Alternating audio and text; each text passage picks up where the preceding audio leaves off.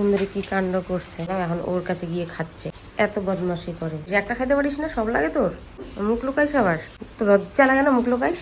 শয়তানি করিস কেন? তো সব আটিগুলোকে নষ্ট করছিস, একটা দুটো আটি খাইতিস, সব বার করে নিছিস আবার। Hello friends, good morning. দেখো সকাল থেকে প্রচন্ড বৃষ্টি হচ্ছে, আর আমাদের সুন্দরী কি কাণ্ড করছে।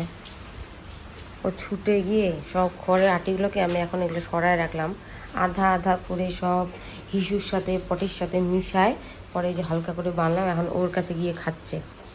এত বদমাশি করে। একটা আটি তো ওদেরকে খুলে দিলাম, দেখো কত ছোট করে দিছে, এসব নষ্ট করছে। এইটা এগুলা, এই দেখো এই আটিগুলোকে কি করছে সব, এগুলা কি খাইতে যাবে? আর এগুলা বদমাশি করে ও। হ্যাঁ, এগুলা বদমাশি করিস, একটা খাইতে পারিস না, সব লাগে তোর।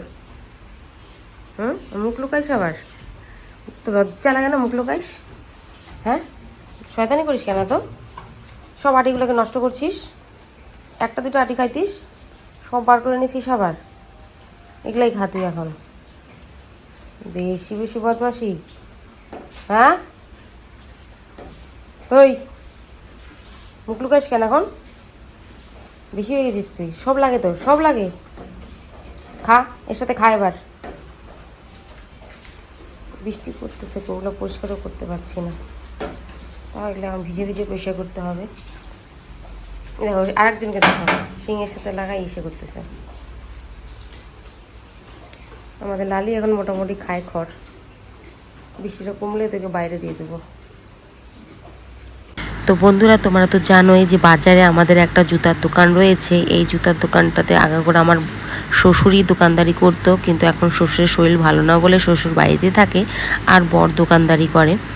আর সামনে আসছে পূজা, তো বর ভাবছে দোকানটাকে একটু মেরামত করার জন্য। মানে দোকানটা আমাদের অনেকটাই পুরানা, অনেকটা বলতে কি 40 বছর পুরনো দোকান, সেটা হালকা ফুলকা মেরামত করা হয়েছিল। তো বর ভাবছে সেটা শাটার দিয়ে একটু বড় সড়ো করবে।